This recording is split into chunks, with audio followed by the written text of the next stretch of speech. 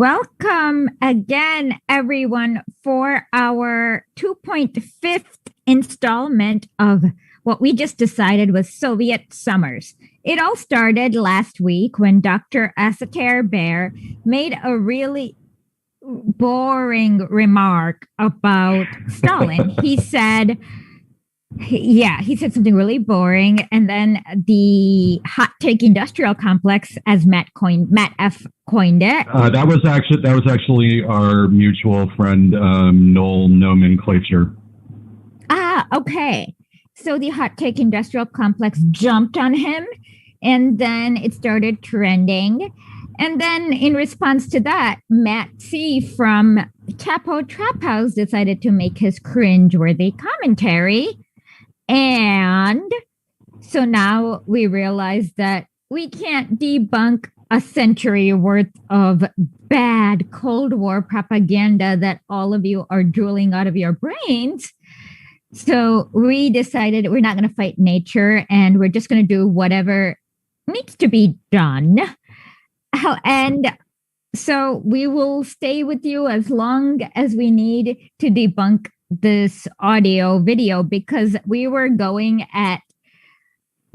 took 6 hours for 3 minutes of debunking, and it's because everybody is so brainwashed by anti-Soviet propaganda that it's like most Americans are actually indistinguishable from drooling Nazis, to be honest, but whatever. Yeah. Well, in all fairness, this Chapo guy, he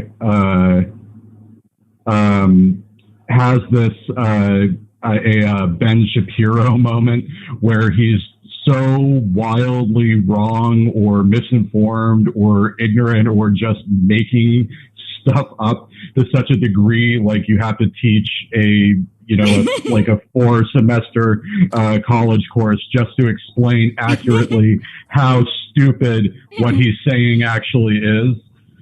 So, yep.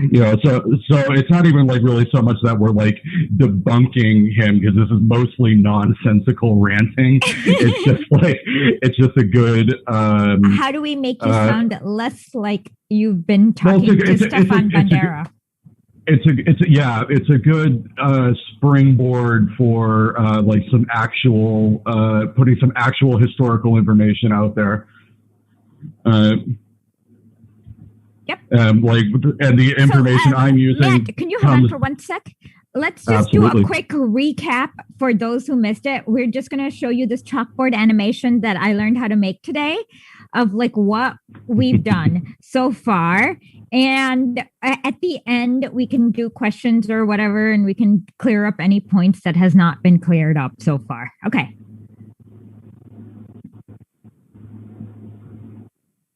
Okay, so the first thing is that these were the myths of the USSR that we debunked. The first one is about whether Stalin is good or bad. The answer is depends. If you're a Nazi, Stalin is evil. If you're not a Nazi, Stalin's awesome. Why do so many people lie about Stalin? Well, it's very good for their careers to flash their anti-Stalin badge, and pro-Stalin people were purged in the US. Matt C said Stalin was a bitch, coward, and a loser. And we're like, you're a podcaster. This is stupid. And you're not meeting him at a bar. And Matt C then said USSR was not racially diverse. We said that was stupid for obvious reasons. Then he claimed that you've got to do something to your own people. And we explained that, no, the Soviet government did not do anything to their own people. It was literally the capitalists. And then he mentioned something about the USSR abandoning the permanent revolution, but that was such a dumb idea. It was debunked in 1912. And then finally, we debunked the idea that what the hell, socialism is internal Nazis. What the hell? That's just insane. Not even insane. I don't know what to say about it. Like, there's nothing like but the moral of the story is to remember that Nazi propaganda is way different than what Nazis did. And the only people Nazis benefited were IG Farben and a lot of other companies, a few other corporations, but not many more. And so that's about our recap. And so I'd like to thank, I can't remember who right now off the top of my head, but somebody gave me this idea of keeping a blackboard And we're gonna keep this blackboard to remember all the things we debunked and all the basic building blocks we had to build.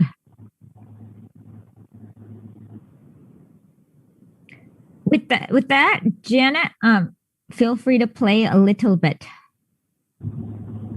And the movie is about how he got his brothers to sign over to him to allow him to franchise it. His creation of this franchise. This is the part where he rants about the McDonald's movie. This is after the Stalin stuff. Yeah, this is after consumption of the brothers. He ends up buying the brothers out of their control of the company. Yeah. That they had created, where the first McDonald's. He does a random 8.5-minute review of the founder, and it's asinine. Active. Okay. All of a sudden. Okay. Oh my God. I forgot about. Yeah. Like active in it. All of a sudden, the stakes are much closer to my moment, and it clarifies what I should do because the actual moment can be viewed clearly because it's in front of you. It's not in the ether. It's not in this machine that rewards novelty and righteousness. No, this is everything. way beginning. We're going to spend another 6 hours if we do way beginning.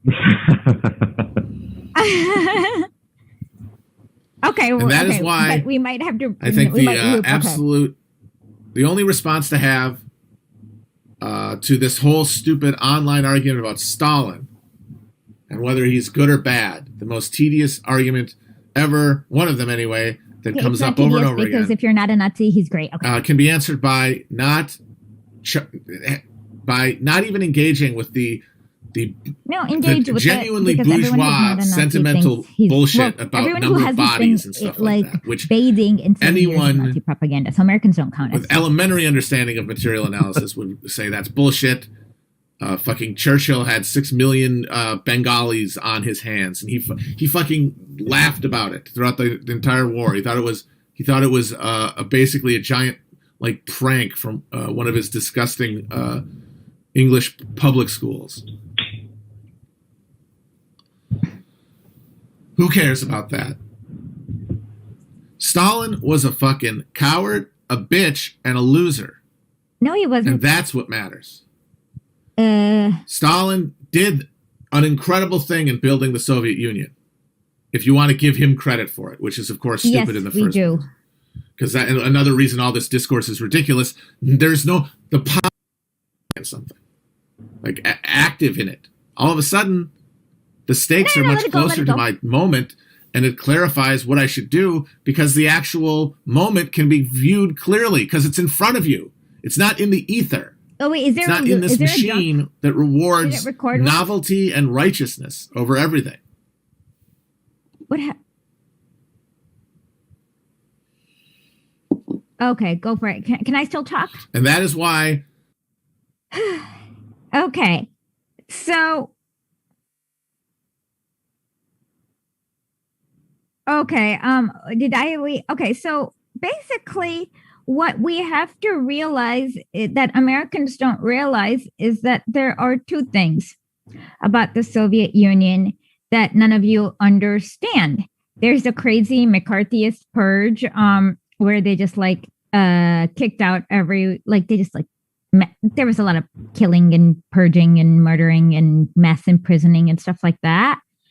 And then, the world does not share what you believe about Stalin. I don't know how to explain it, but the world does not share this.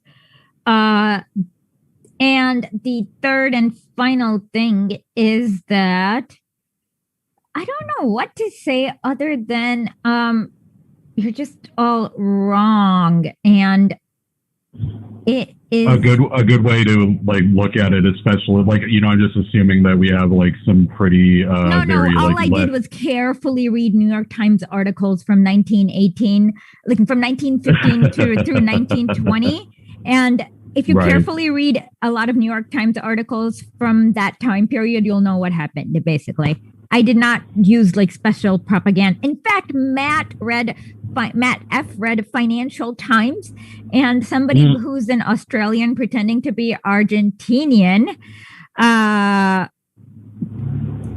accused me of citing a Stalinist organ, the 1938 U.S. Financial Times.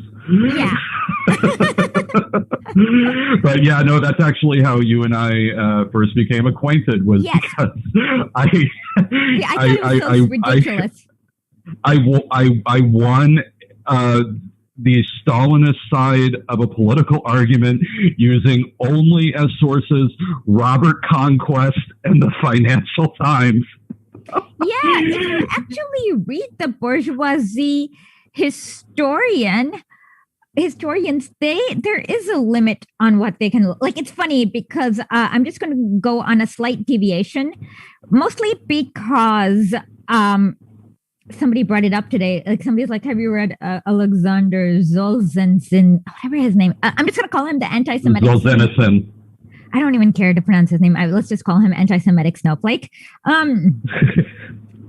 Well, so then I'm like, yeah, have you read them? Because it does not help your case, my friend, at all.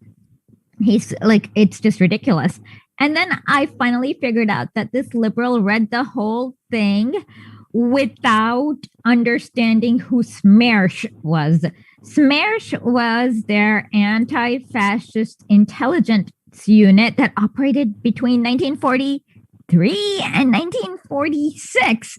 And Zolzhen's, whatever, the anti-Semitic snowflake, says he got arrested at that time. And you're like, Yeah, that's right up there. That's right up there with, like, you know, I fled East Germany 1945. Yeah. Or my grandfather was an anti-Soviet fighter in Lithuania in 1944. You're like, yeah. So that's the first red flag. And I'm surprised at how many liberals can just like read that book and get through page 5 without figuring out who SMERSH was. Like, don't you want to just Google? Aren't you curious about who SMERSH? He talks a lot about the SMERSH agents being scum, but then like the thing is that they let him pack bags. They're actually nice to him. And then he also makes a stupid comment about how the SMERSH agents are too dumb to read maps, which sounds like not true. He also he also, I believe, forgets to leave out the part where people who were in the Soviet labor camps, which, like, I think a better term for it would be community service. I would just think, I'm just going to call it camps from now on. Yeah. But what is that you were paid, like, in full a living wage for the labor you did upon release. Yeah. And the CIA agrees with us. We have CIA documents. I've tweeted this out. And the CIA doesn't even disagree. So you can't be like, are you like a Hitlerite if you that's my like really like truly like hard and fast rule is like you can believe anything you want, you're going to anyway.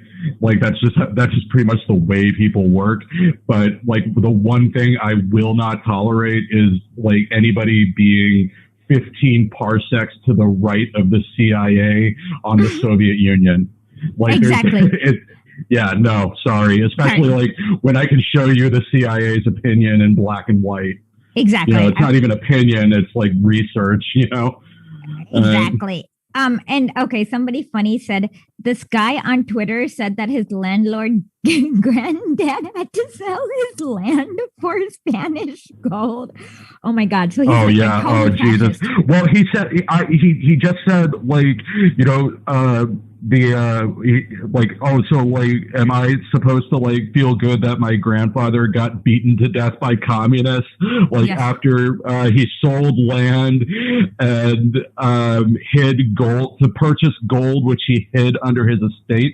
I assumed it was Nazi gold. He corrected me by saying it was Spanish gold. That did not make it better because Franco was also. Yeah, exactly. Like, I don't understand how that was a defense. Like, this isn't Hitlerite gold; it's Francoist gold. It's Mussolini's gold. Yeah. Yeah, but like this is in Romania, by the way, and it doesn't add up, but whatever. I don't care. Yeah, and we're ready.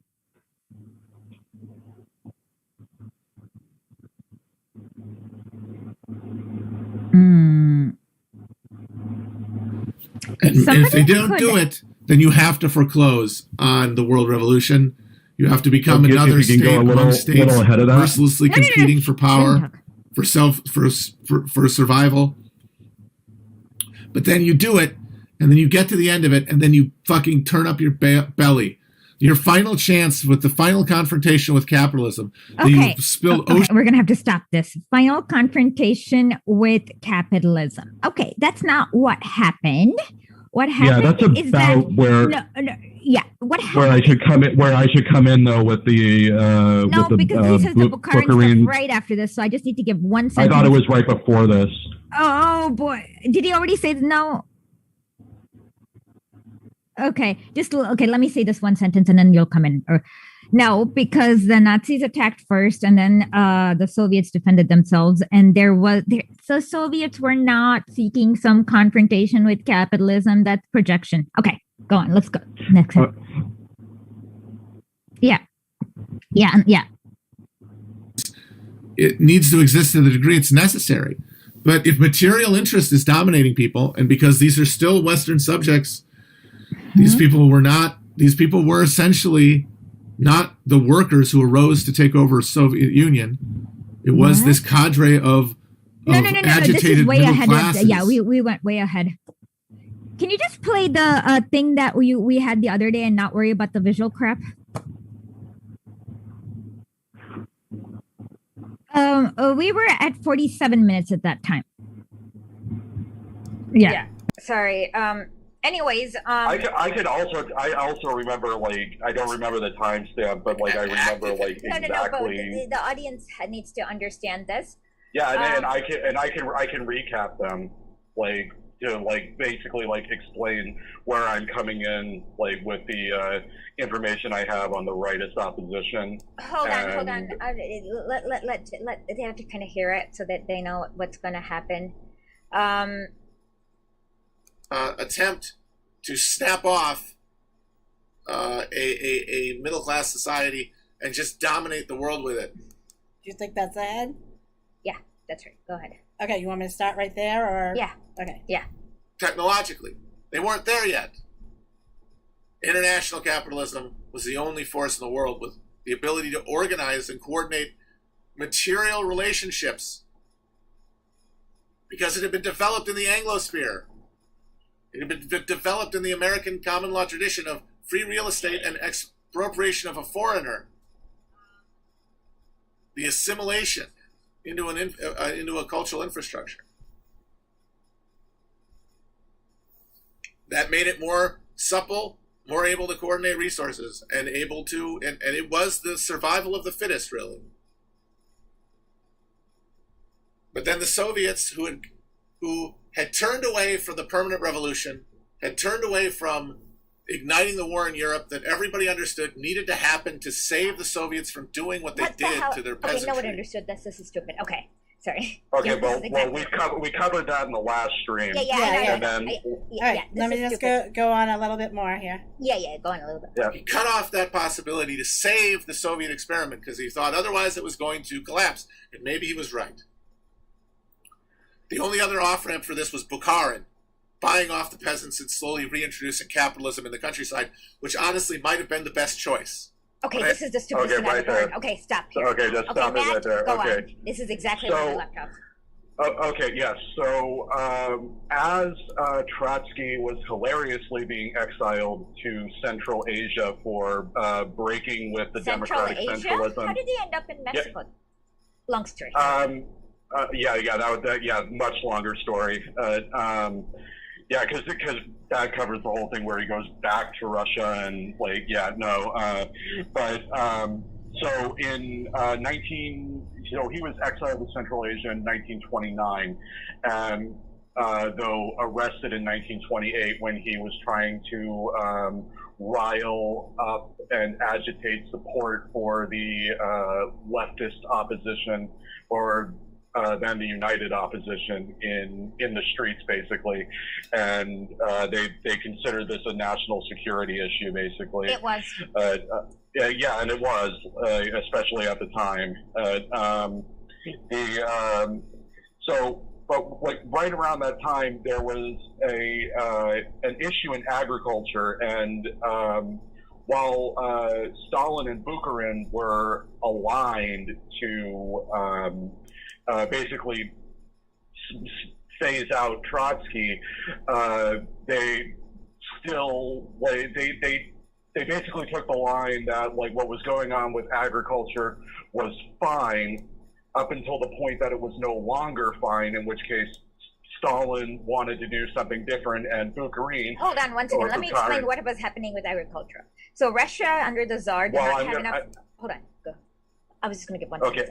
Did not have enough draft animals, so they could not produce enough food.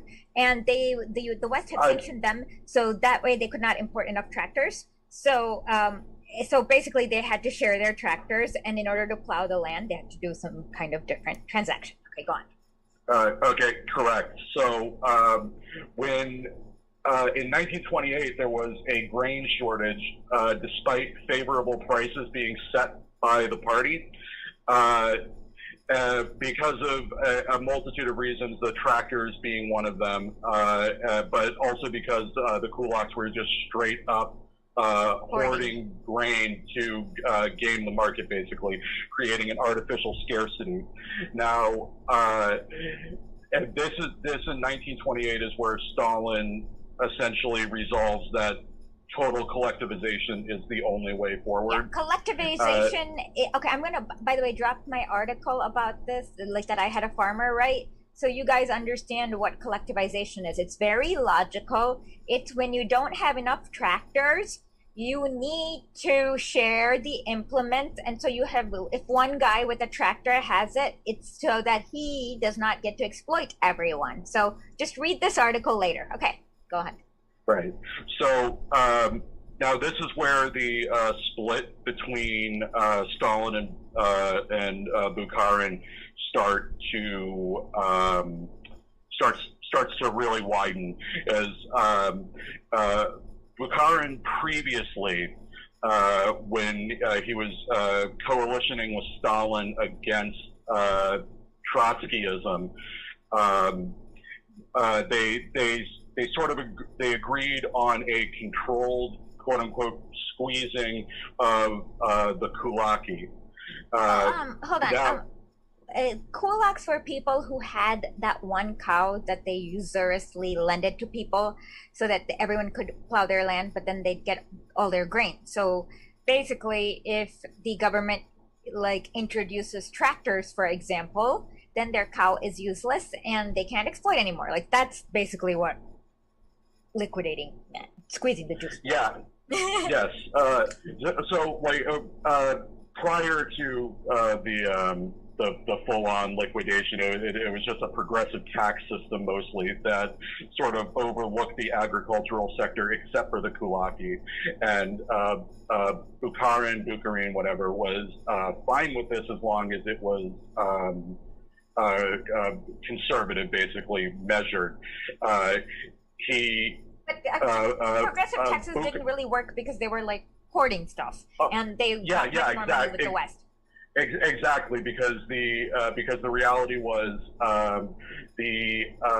while they were industrializing to meet the material conditions required to start building socialism, capitalism had been fully achieved in the agricultural sector, and it kind of happened right under everyone's nose. And they sort of thought they had some boundaries and regulations in place, but it didn't really do anything. Who thought they had boundaries? Bukharin, right? Bukharin, Stalin, basically everyone except for the left opposition. Now, you see, Trotsky was exiled for breaking democratic centralism over the permanent revolution idiocy. Yeah, where he wanted to invade fully armed countries in the West. That was suicide. Yeah, exactly. It had less to do with his agricultural stance, but that left opposition, their whole thing was like, we need to liquidate the Kulaki as soon as possible. No. That is absolutely.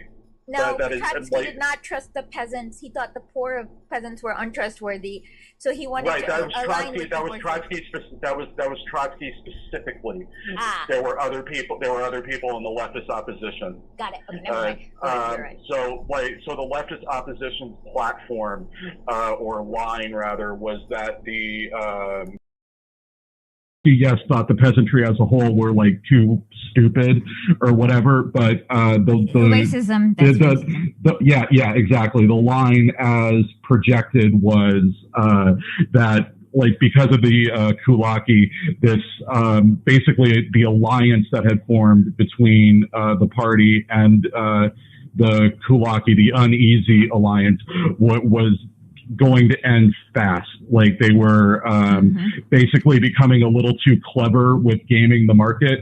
Yeah. And remember, government creates the market. Markets don't exist in nature, regardless of what your capitalist idiot who calls himself an economist says.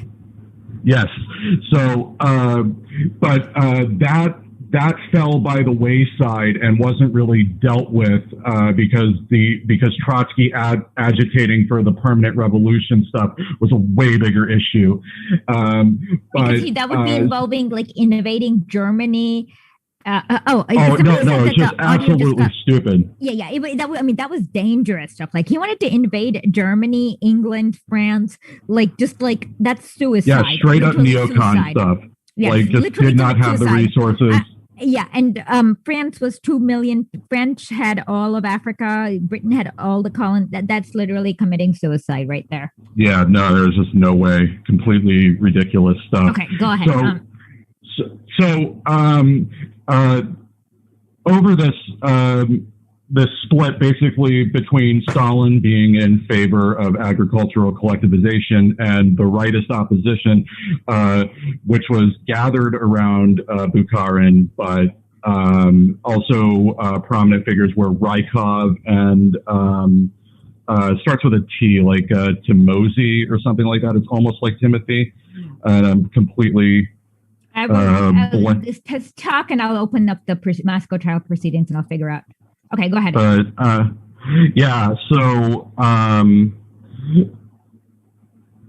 These three figures, they protested in the Politburo, and Stalin, the politician that he was able to whip up the support essentially to outvote them. So collectivization started moving forward in... collectivization is sharing the implements so that one because they did not have enough tractors. You don't... Like, in America, you can give, like, each corporation their own, like, billions of tractors. They did not have enough because of the West sanctioning them, basically. Like, yeah, on steroids. Yeah.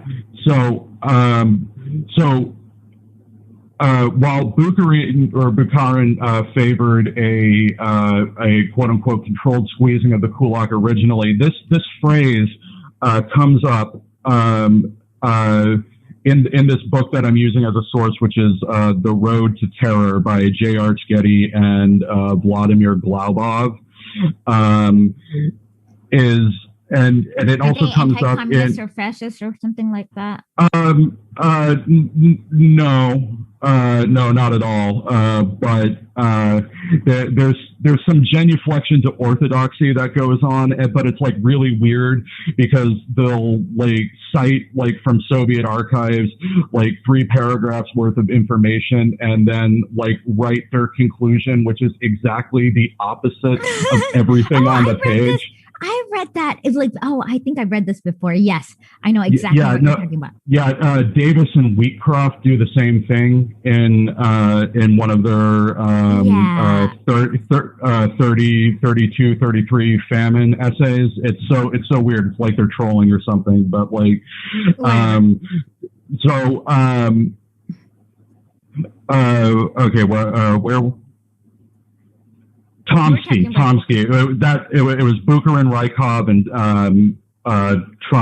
Tomsky that constituted. Chomsky. Yeah, exactly. But it's Tomsky.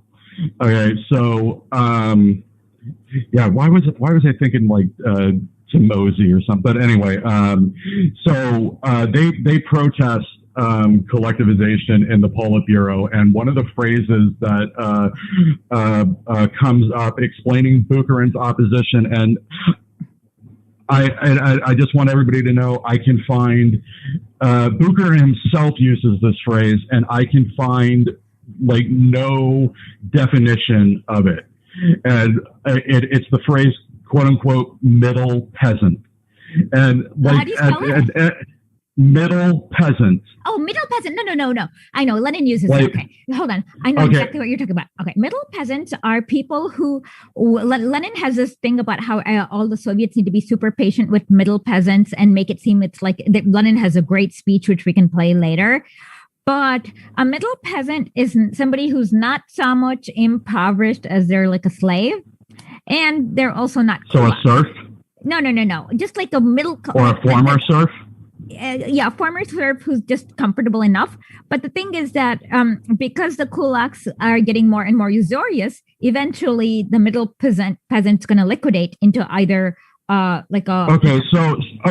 essentially what happened here then was that Soviet agriculture became its own weird little microcosm of agrarian capitalism, where you had the kulaks as the capitalist class, the middle peasants as the petty bourgeoisie, and then whatever they called the class right underneath that, basically. Peasants, just call them peasants. Just regular peasants. Okay, yeah. So that's basically what happened. Is that a fair? Yeah, that's exactly. But the thing about it is that middle peasants won't last long because it's very the petty all of them will bourgeois, become serfs. Like all of them are going to get like their money and like whatever they had at that point in time. Like exactly, boom, it'll be gone by the next few years. Yeah, it makes sense if it's a microcosm of capitalism, because like the erasure into irrelevance of the petty bourgeoisie is a feature of capitalism in the grand scale. So this micro scale, it makes sense too. Mm-hmm. So basically that was the thing, because Stalin's collectivization was full collectivization, total collectivization, even going after any assets held by the middle peasantry, and Bukharin strongly opposed this. He was wrong, because the middle peasantry were physically not okay. They had land that they were physically not capable of tilling because they had neither horses nor cows nor tractors. Correct. So what was going to happen is if you let them. I think for Bukharin, especially with stuff that comes up that's more towards the Moscow trials than our purposes here, but he's using them as ass coverage for his collaboration with the Kulaki and capitalist restorationism that would come later, but that's way beyond our scope here. Yeah, okay. And though I would like to come back and do like a Moscow trial series. Yeah, we should totally do all that. Yeah, the entire summer. Okay, so this was a big thing. Rykov, Tomsky, Bukharin, all in agreement. The three central figures, they lose the party debate in the Politburo, and full collectivization begins proceeding in 1930, I believe.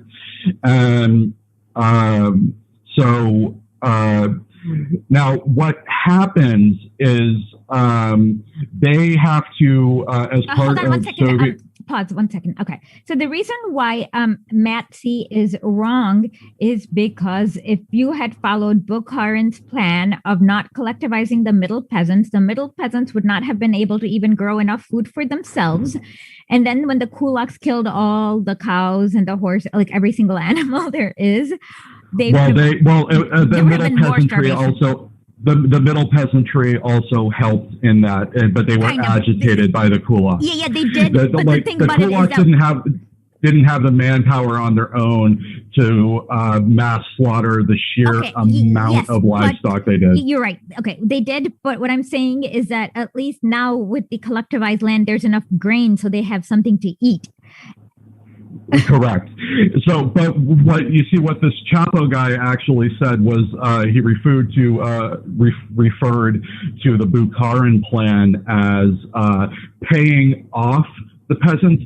I can't find anything that like actually like resembles that until later with like the collaboration stuff, which is straight up treason and involved in an assassination plot. So that's not a real plan. No. Now in terms of yes, some unfortunate things happened during collectivization. It ended cyclical famine in Russia for good. So Bukharin was wrong, Stalin was right, and that's the historical end of this discussion. But what I think was interesting is in the Politburo, after they lost, part of the Soviet procedure was when you take an opposition line like this and like you lose out and sort of demonstrate yourself to be an idiot, you have to recant you have to self-criticize and explain why you were. But self-criticism means basically if you're in position of power, let's say that you are Dick Cheney and you said Iraq has weapons of mass destruction and you bomb Iraq.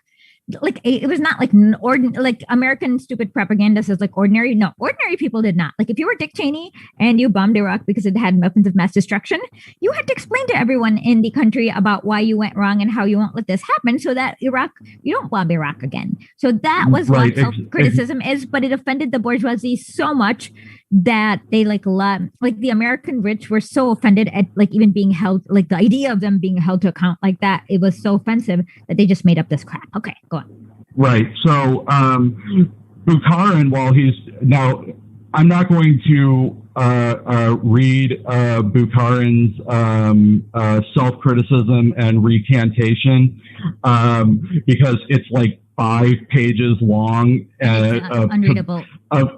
Of completely self-serving nonsense, wherein he engages in like multiple puns and calls I've called someone either like basically a blockhead by singing a folk song.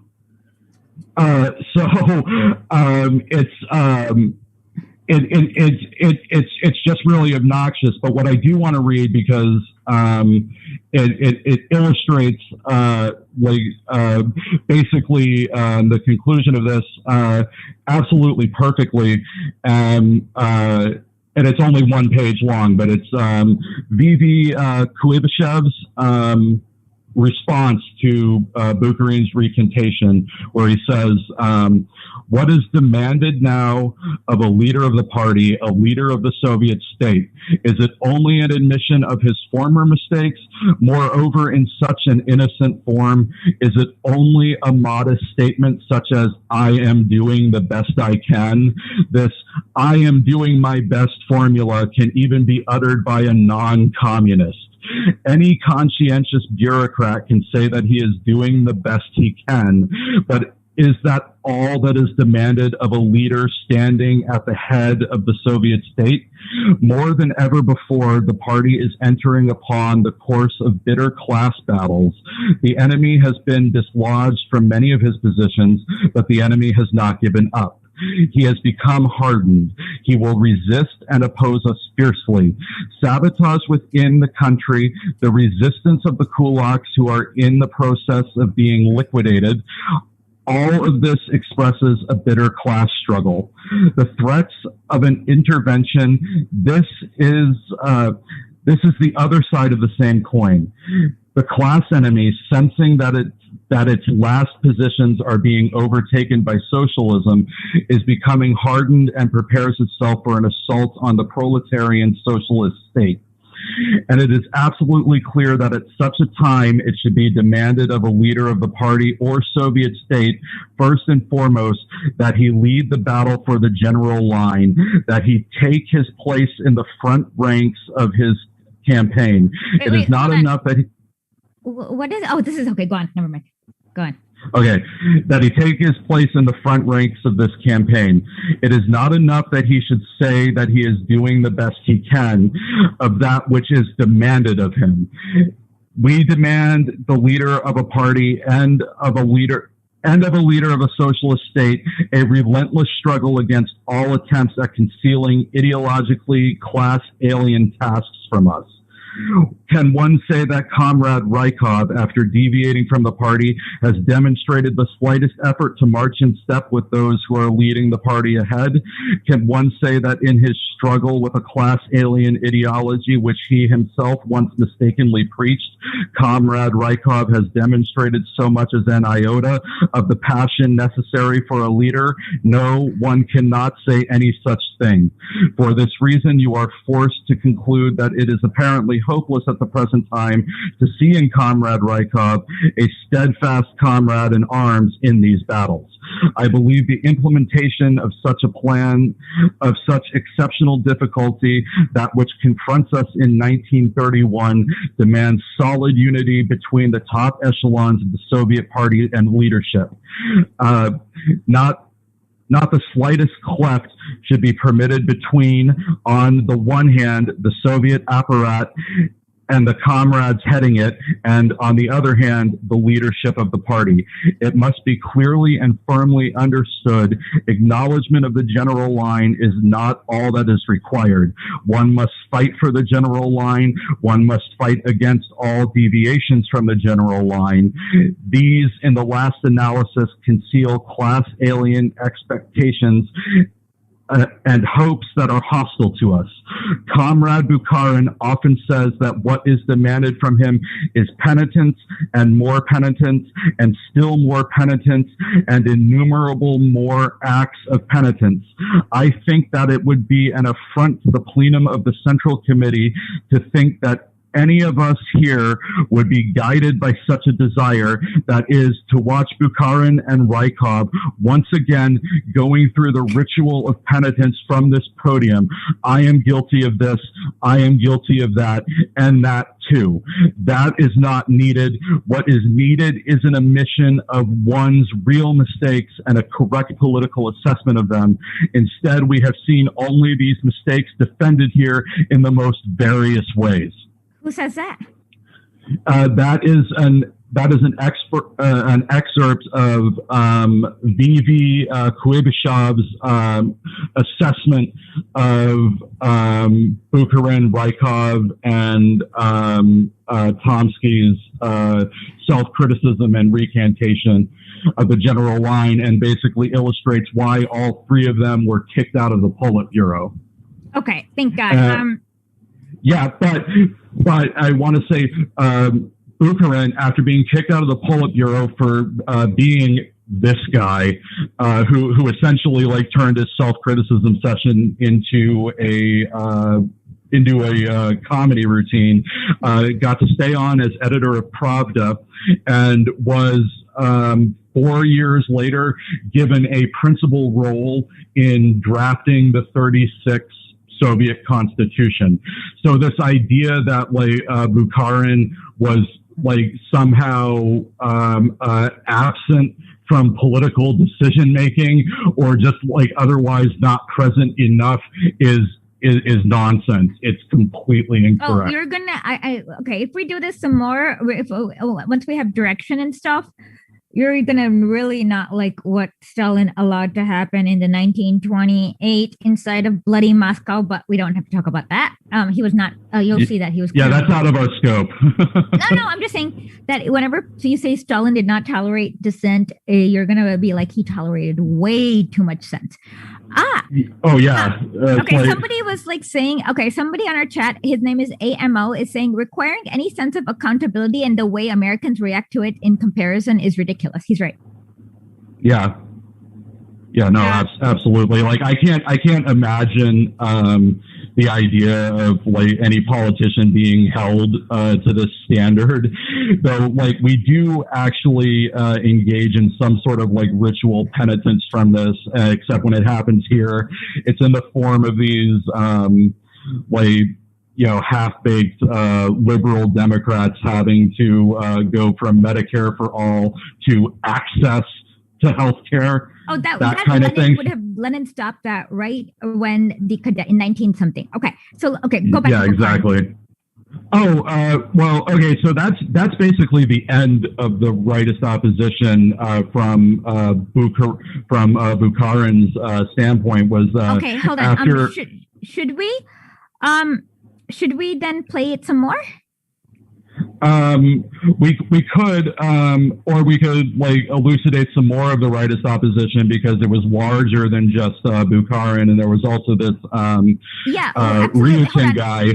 Let's just play it a little bit more, and then I would tolerate it to the. I will bring it back to up until once he starts reviewing the. No, we're not going there. Just we're doing one more sentence. Yeah. So we're going to talk about what else is happening in the world, the rise of the Third Reich. Okay. So Janet. Okay.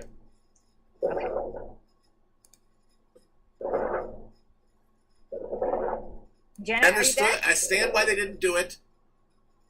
And if they don't do it, then you have to foreclose on the world revolution. You have to become another state among states, mercilessly competing for power, for survival. But then you do it, and then you get to the end of it, and then you fucking turn up your belly. Okay. Your final chance with the final confrontation with. Go ahead. Finish the sentence.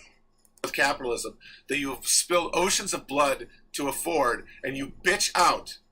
Okay. Because you're. This is stupid. Okay. Now I'm gonna stop. Okay. So Matt C says that he's alluding to World War II as a final confrontation with capitalism that you spilled oceans of blood to afford. No, that was not World War II at all. But to understand. Unfortunately for most of you, they haven't really taught you much about fascism, because we all know what happens when they start teaching you about fascism. You start getting very uncomfortable, especially during the early stages of fascism. Yep. So, what you have to understand is my favorite quote on fascism is Michael Parenti's, it is the final solution to the problem of capitalism, as in Marx talks about the capitalist the contraction of capitalism, where more and more assets and more money, more and more content and more so more and more money goes to fewer and fewer people. Eventually the system will collapse because you'll either have to you'll run out of people to exploit, basically. And Margaret Thatcher was wrong. You don't run out of other people's money. You run out of other people's labor to exploit.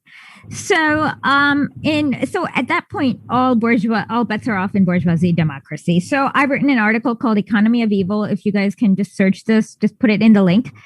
But what you have to remember is that Mussolini around 1922 was there because they were really worried about Italy's Biennale Rosso time, which was like the good times or whatever it was. So basically, industrialists in Italy just gave them the keys to the kingdom. Hitler has a very strange origin, is that right around this time in 1922 was when the Nazi party started. Well, it was the Deutsche Arbeiter Party. But what happened was that if you look at the statistics of the Baltic states like Estonia, Latvia, Lithuania, all the places where it's like fascist central, the landlords there were all Germans. So they were just collecting rent for like God knows how long. And then when the Bolshevik Revolution happened, their lands got appropriated and they were so mad.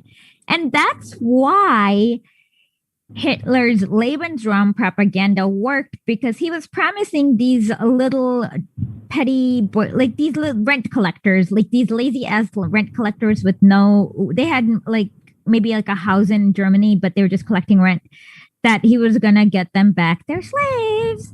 And that's where the Lebensraum entire thing came from.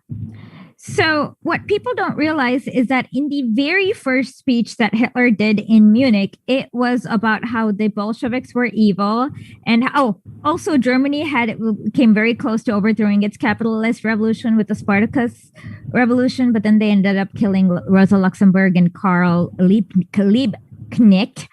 And that was over. And then the Free Corp came and just went boom, boom, boom, boom, boom, boom, boom, boom, boom, boom, boom, boom, and just killed everyone. A lot of people. There was just a lot of poor people, like a lot. So, anyways, one thing you have to read is none of you can. I couldn't read it either, because it's in German. But look at the statistic. I'll put up the statistics later. So at that point, what happened is that all the capitalists in the world who had all their assets, like all these corporations, their mines, their slaves in Tsarist Russia, looked at Germany. Oh, let's not forget that the Tsar had like a death squad of like maybe 4 million people. Most of them escaped to Germany and Italy. So these people are giving, so all these corporations are paying Hitler and Mussolini lots and lots and lots of money to destroy Bolshevism. And basically, they have infinite resources. They're not under sanctions, so they can just like trade whatever they want. Yeah, they're gonna lie to you about the whatever Versailles Treaty, but that's just BS. Oh, on top of that, the West had installed remember how they Balkanized Poland and Finland? They had installed like fascist dictatorships in both Poland and Finland, and then in Hungary, they also killed the Lenin boys or Bela Kun Revolution. And Hungary, just those 2 years of the Bela Kun Revolution, what happened was that there was like a disproportionate number of Jews in the university. And then they had to do like white people, non-Jew affirmative action because they were too dumb. Harvard too, but that's another story. But so now all these... So basically, right next door, they set up Hungary. And there is like Mikos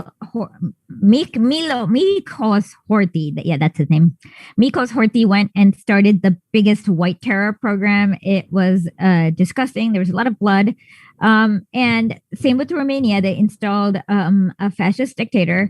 So it was all around them. And these corporations, which had lots and lots of money, like they were the Krupps and then the IG Farbens, the Ford, every single corporation in the world, basically, were just like dumping money into these people to destroy the Soviet Union.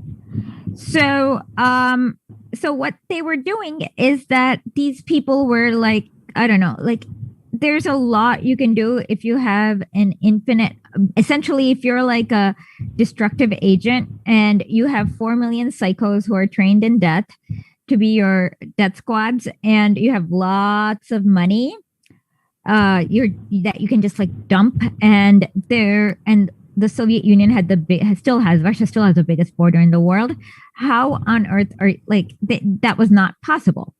So, on top of it, the West sanctioned the Soviet Union so that they would purposely starve. So a lot of people don't realize this, but the West gave, like at that point, all the countries in Europe at the end of World War I would have gotten mass starvation, but the West gave food to all the ones that were not the Soviet Union. They starved the Soviet Union, gave food to Finland and Poland, and now they're like, oh, communism causes starvation. But that's not the way it is. But anyways, so around this time, there was a lot of just a lot of different forces who wanted to destroy the Soviet Union. So if you're in power and there's a lot of temptation, and this is where, so now we're in the like late 1920s, early 30s, where you have 10 fascist countries trying to destroy this.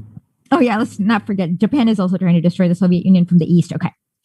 So now Matt will tell you about the rightist opposition and all the shit they did. Okay, go ahead. Okay, well, this actually gets into what I think is pretty funny, and because this is one of those like many things in communist history that, despite the fact it happened almost 100 years ago, you're going to hear a lot of quotes that like show up on Twitter on the daily.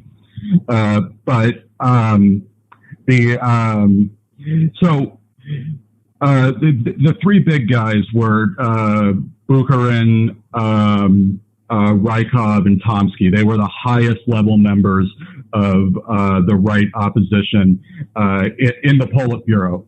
when they were expelled from the Politburo for basically being clowns.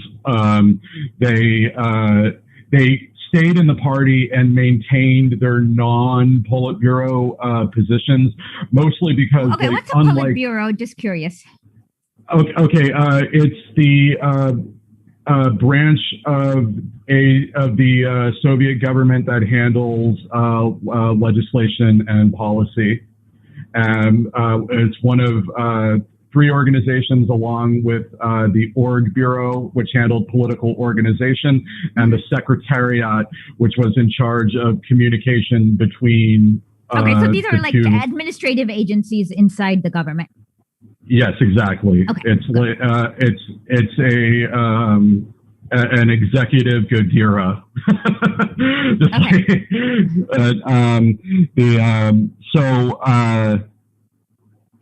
So when they were expelled from the Politburo, but kept their party positions because, at the very least, unlike Trotsky, they didn't break democratic centralism. They still had some modicum of restraint and respect for the institutions, whereas Trotsky just kind of came out swinging against Leninism as a whole.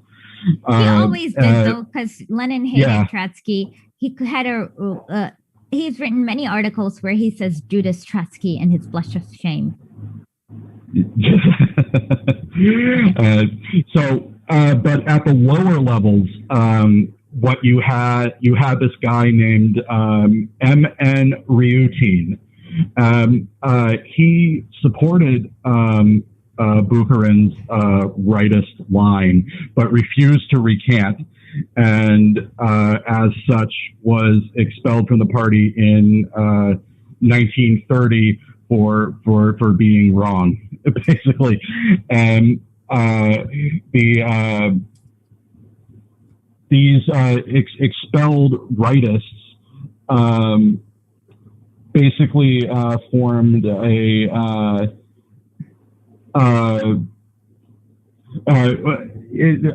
was called the Ryutin Group, but it was a reactivated Trotskyist organization. Essentially, they at this point just represented opponents. I'm just looking at the 1938 New York Times, and they essentially agreed that these trials were fair and true, and they're gonna say this guy who is Jewish is whatever, but okay, whatever. Okay. Anyways, okay. Okay. Okay, so this reactivated Trotskyist organization that starts calling itself the Ryutin Group, in 1932, they have a secret meeting in, I believe, the Moscow suburbs that produces 2 documents. One's just like a 7-page letter addressed to members of the CPSU, which was a brief whiny rant about Stalin, whatever. But the other is a 200-page manifesto, 194 pages to be precise, that was known colloquially as the Ryutin Platform, but formally titled Stalin and the Crisis of the Proletarian Dictatorship. And this document, I swear to God, is the source of every single, reality, not in my socialism argument you've ever heard on Twitter, in writing, like it's all here. They're it's basically a 200-page complaint about how well, not even that, about how they complain that things that are happening aren't happening because they aren't happening the way they pictured them in their heads. Oh, God, that's oh my God, that's like dealing with every stupid anarchist that you want to slap. Yeah, exactly. Well, these guys are trots, so they're even worse. No, I don't know. But there's there are some examples to read from this that sort of illustrate this. Okay, so from an excerpt, and like I said, there's 200 pages of this. Just listen to this and try to picture this for 200 pages. Okay. Stalin's theory, to wit, that progress along the path towards socialism would bring about the intensified resistance of capitalistic elements and an exacerbation of the class struggle, is anti-Leninist. In its methodology, it is mechanistic and not dialectical, while in its fanatical political content, it is directed towards justifying the kindling of a civil war against the broad masses of the countryside, toward the disorganization of socialist construction, and towards the undermining of the proletarian dictatorship.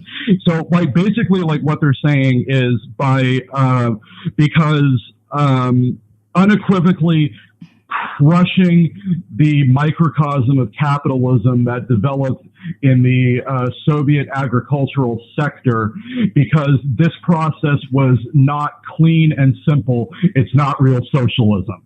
That's essentially what they just said there. That's like the every stupid anarchist argument ever.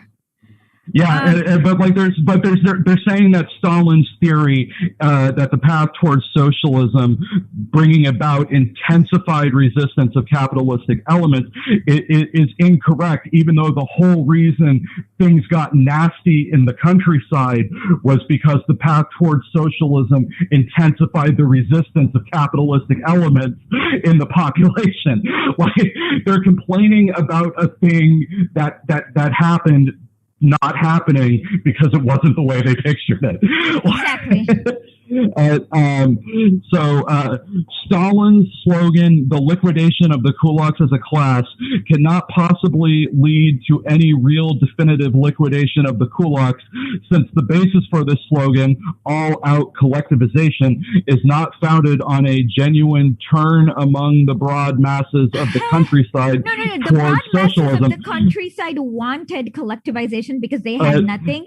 So it was actually, Stalin actually delayed it and tried to negotiate with the kulaki. Yep. On the contrary, it is founded on direct and indirect forms of the most severe coercion designed to force peasants to join the kolkhozy, or the collective farms. Yeah.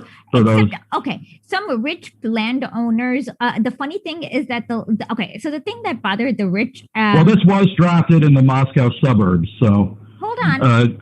Wait, there were no suburbs back then, but there were the farm. Okay. But the thing that actually happened is that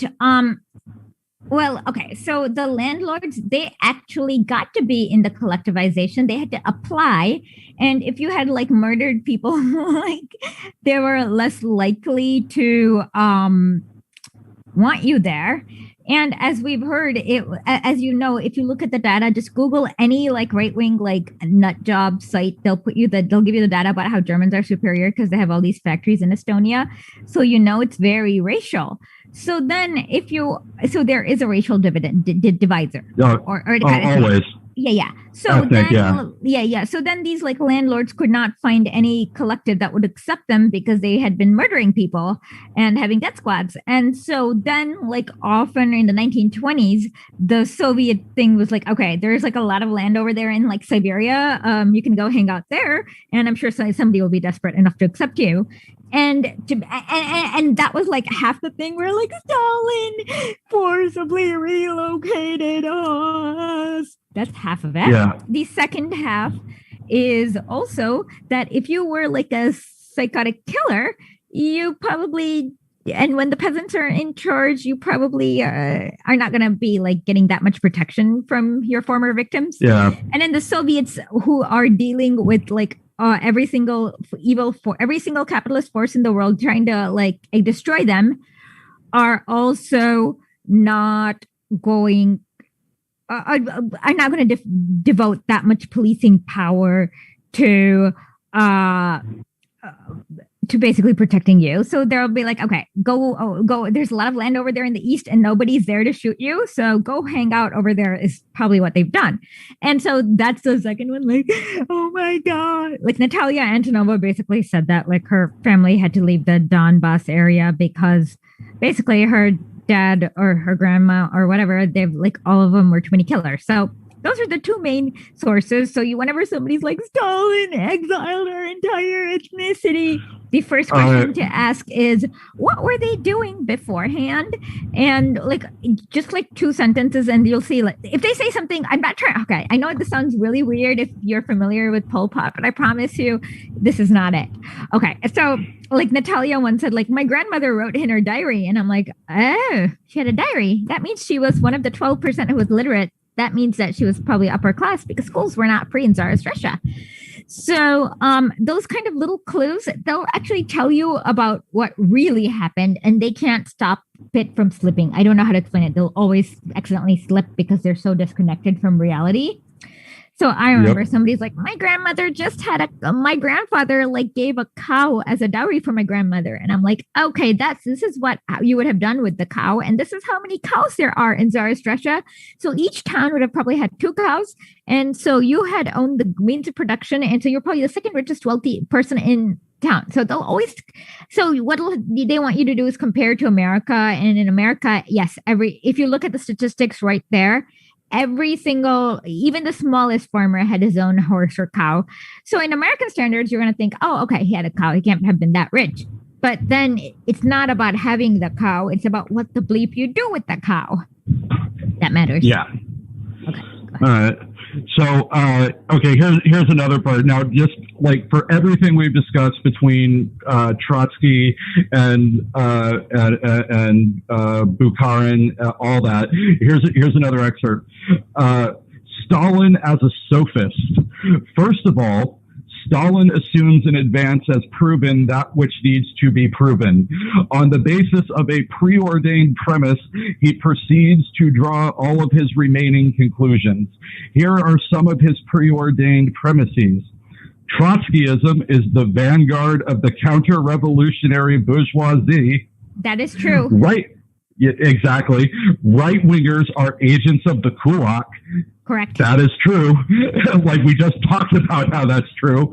The middle peasants have, for the most part, come around to collectivization. That was true. And so on. Second, wherever he finds it profitable, he draws his conclusions on the basis of the following principle: after the fact, by reason of the fact, connected with it. Wreckers have sought to lower the pace of industrialization. True. Right-wingers are, right-wingers, as Stalin has ordained, are also opposed to quink tempos. This is the definition of right-wingism. Therefore, right-wingers are agents of the class enemy. Correct. Like they're just complaining about like Stalin being right about stuff for 200 pages. Like you could just like randomly point to like any paragraph. It's going to sound like this. Just look it up. The Ryutin platform or the platform. Hold on. The platform of the League of Marxist-Leninists is the formal title. Okay.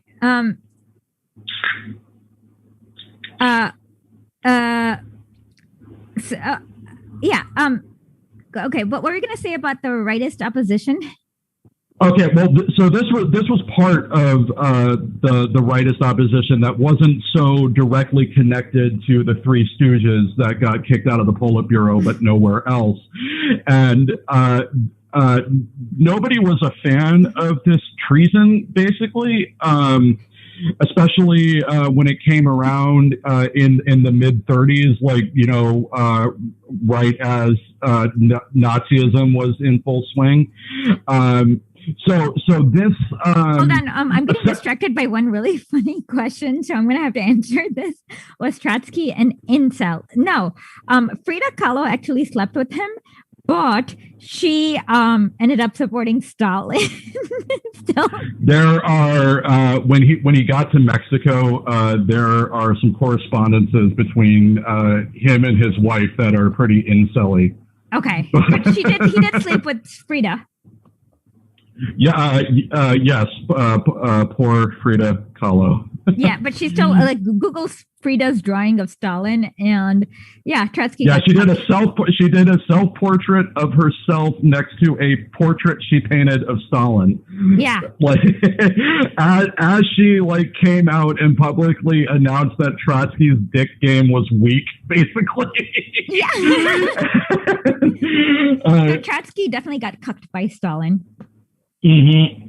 Okay, sorry. Okay, from thousands of miles away. Yeah, didn't even have to be in the same room or the same country or the same continent. Yep. Oh man. Yeah. Hilarious stuff. Yeah. Okay. Anyways. Okay. So basically this Riotine platform sort of became a what would be the term for it? There's a phrase we use for it, but no, it's not even clear how many people ever actually read it. But once the Bolshevik brass became aware of it, it sort of became this whole thing that even if you hadn't read it, if you were aware of its existence and said nothing, you were gone. You were out of the party. But which makes sense. I mean, this is this whole thing is some utopian bourgeois nonsense. You got no business in with the Bolsheviks or any materialist movement. But I mean, it was pretty much an open call for the overthrow of the structure of the Politburo as it stood at the exact wrong time for anybody to even pretend to be comfortable with it.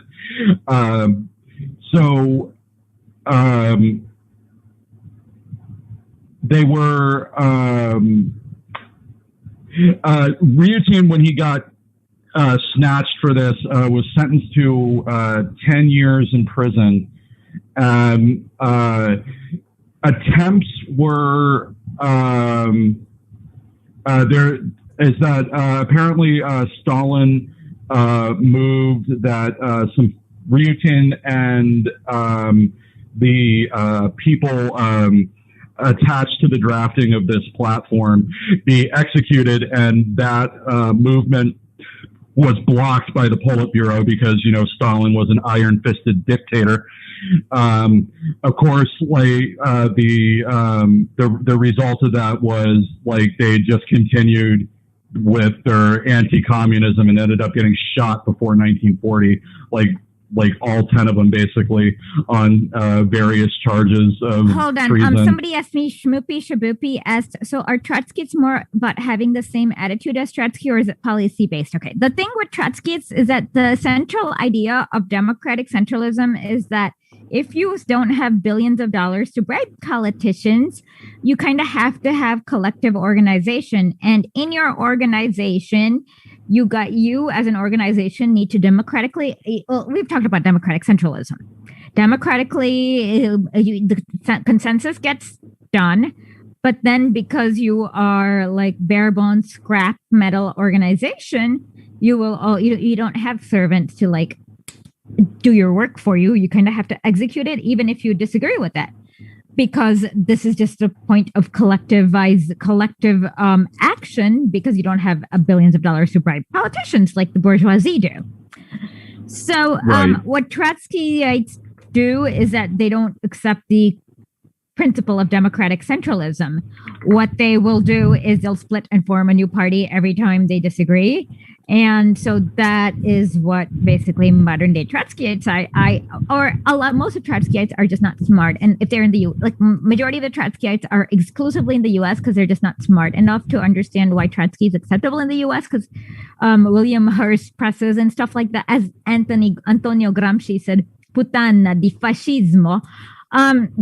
And in 1938, he was in the coast of Amalfi and stuff like that. So he's totally the puttana di fascismo. Right.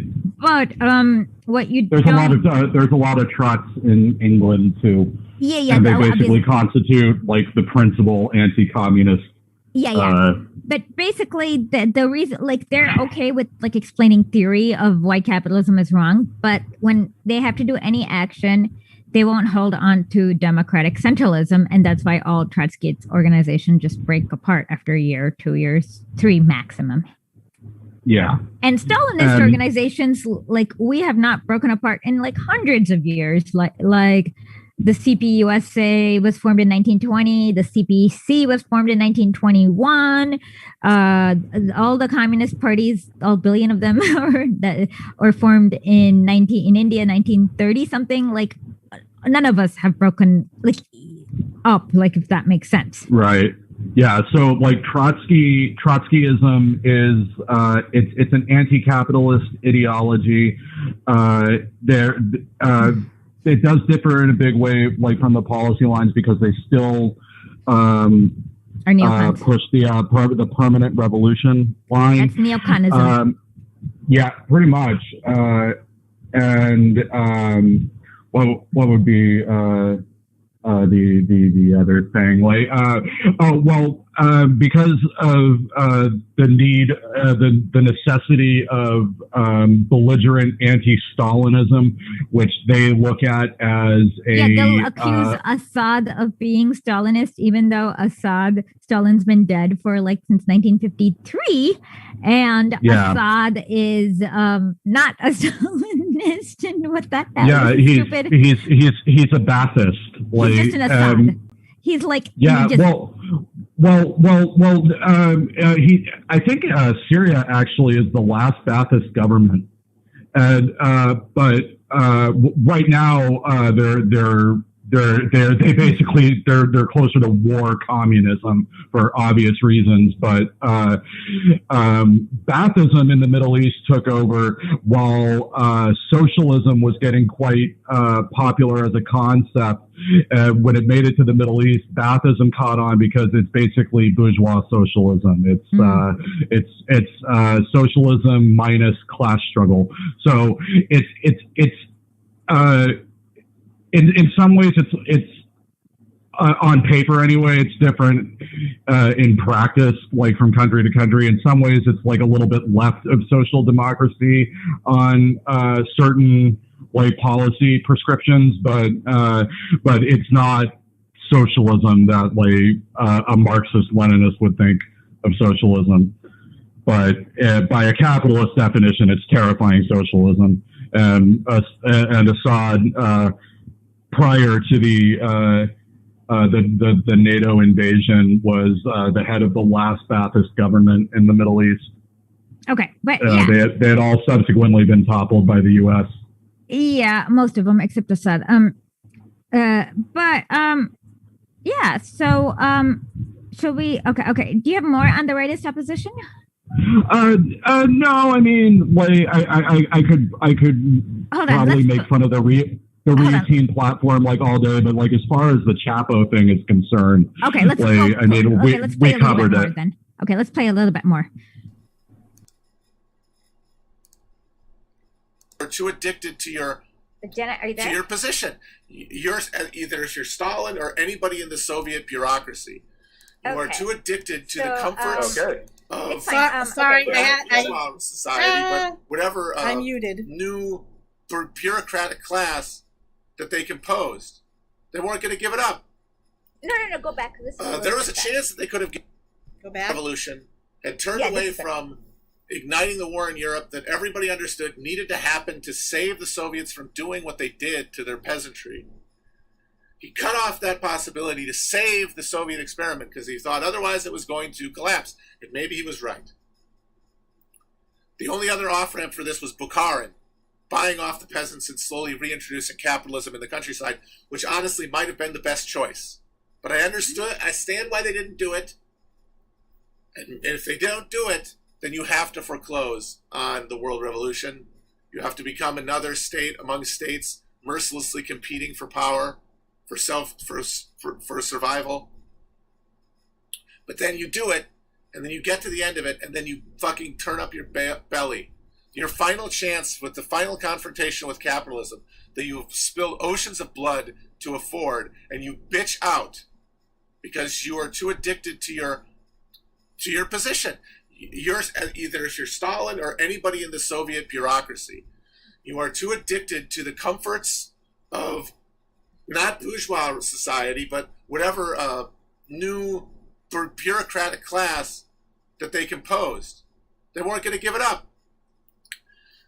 There was a chance that they could have given it up if they had really embraced cybernetics in the 50s and 60s and created machinery that could reproduce the price signal. But then what would they have had to do? Huh? They would have had to get real jobs. Completely nonsensical bullshit. Okay, that's just word salad. Ignore that. Okay, that's like that's not what cybernetics is. Like cybernetics in the 50s and the 60s. Like what's a price signal? I don't know. Okay, that's all just nonsense. Okay, go on. Yeah, how do machines reproduce the price signal? What is the price signal, by the way? I don't even know. It's a theoretical concept that controls the price of goods on a market, basically, if I'm remembering. You mean a government? He wants you to automate a government in the 1950s. Well, like, yeah, I'm not going to give him the credit of assuming he knows what the words he says mean. Okay. Okay, so but, you can't create cybernetics to create whatever. That's just word salad. Well, like cybernetics is like the integration of computer technology into the human body. Oh, so he wants you to create a Borg to. Okay, that's stupid. Come on. Yeah, so that's asinine in the 50s and 60s. Just, like, shut the fuck up, white man. You can't create the Borg now. Yeah, I know. It's like I'm still waiting. Futile. You show. Yeah, seriously, I'm still waiting for like a brain implant where I can like program dreams in advance. Like, it's the year 2021 and we're still not there yet. It's a bummer. Yep. Okay, so let's go on further. Is necessary to the it needs to exist to the degree it's necessary. But if material interest is dominating people, and because these are still Western subjects, these people were essentially not the workers who arose to take over the Soviet Union. It was this cadre of agitated middle classes who seized control of the bourgeois state in the 1917 revolution. Okay, this is entirely wrong. Okay. So 1917 is where my strength comes back. So the thing that he says is that that is like either neocon Trotsky bullshit, that it's not a real peasant revolution, or it is just straight up Nazi bullshit, where it's like, oh, see, those are not real peasants, but they're secret Jews being controlled by the Jewish cabal. So those are the only two interpretations. Like, most of it we don't, maybe Western, I don't know who's Western, because somebody asked me who was Western in this. Like, we don't know, because when you go ask a Russian, they're like, yeah, if we were so Western, why would you exterminate 27 million of us? And you're like, yep, sorry, yeah, whatever you want to be. I don't, and so, yeah, definitely not the Soviet people. We're not Western, as of even now, often, like, as you can see. Yeah, as you can tell from them being from the East. Yes, like from Asia, most of it. And then the next one is, yeah, so basically what he was saying is that after World War II, they vegetated, and absolutely not. Like, no matter what I think of Khrushchev, he still sent in those bloody tanks, and they had to fight they were basically non-stop getting attacked.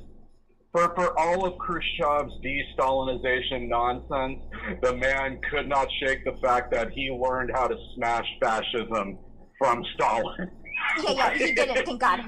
And thank God for each time he did it. And he also helped Cuba, and he was great with India. Like, you can't complain at all. like he was fantastic with India, and he like without him Cuba would not have happened either. But what, like, there was no vegetation time. I was looking through some Soviet photography, and they actually had to hide the identity of one of their astronauts because they were so scared that the West was going to kidnap him or shoot him or like do something to him. So there was not a second where the Soviet authorities could breathe easy. There was a period under Brezhnev that is sometimes derisively referred to in the West as stagflation. No, it was great. Yeah, but so like, you know, if he was talking about that, I could maybe see a thread of logic to his incorrectness, but right now he's just doing gibberish. Okay. Somebody asked, why did Khrushchev? Okay, Khrushchev didn't exactly lie. What he did was he didn't. He lied. Hold on. He didn't say that much, really. He just agreed. Okay. He didn't give facts. He basically he capitulated to like every fascist and anti-Stalinist trope imaginable. Yeah. Hold on. Let me explain why he did it. Okay. You're not going to agree with this, but let me just quickly explain. What he thought was that he thought these absolute scumbags of the earth, like the Landbergises, the like total fascists, who should have been shot, but Stalin was too kind and did not shoot them, were tired of war and they were willing to compromise. So he thought this was going to be a compromise. Okay, we'll kind of get rid of like some of the Stalinism and we're just going to loosen some of the collectivization and whatnot because we don't have a tractor shortage anymore. But yeah, you guys don't become Nazis and don't go genociding, but that didn't work. Yeah. Well, but I agree with that. No. I mean, he was an idealist, like first and foremost, problem number one, and and he paid the price for it. Like this is like a routine lesson that you know. I don't consider Marxism, Leninism to be a left-wing ideology. I've been pretty clear about this. I consider it off that spectrum. But let's just say, like, okay, for all intents and purposes, it is on the left for in terms of discourse in a bourgeois society, is this routine lesson that has to be learned over and over again. And it's power concedes nothing, and fascists are scum. There is nothing that, quote unquote, the left has ever gained at any point in history from conceding anything in its principles or platform.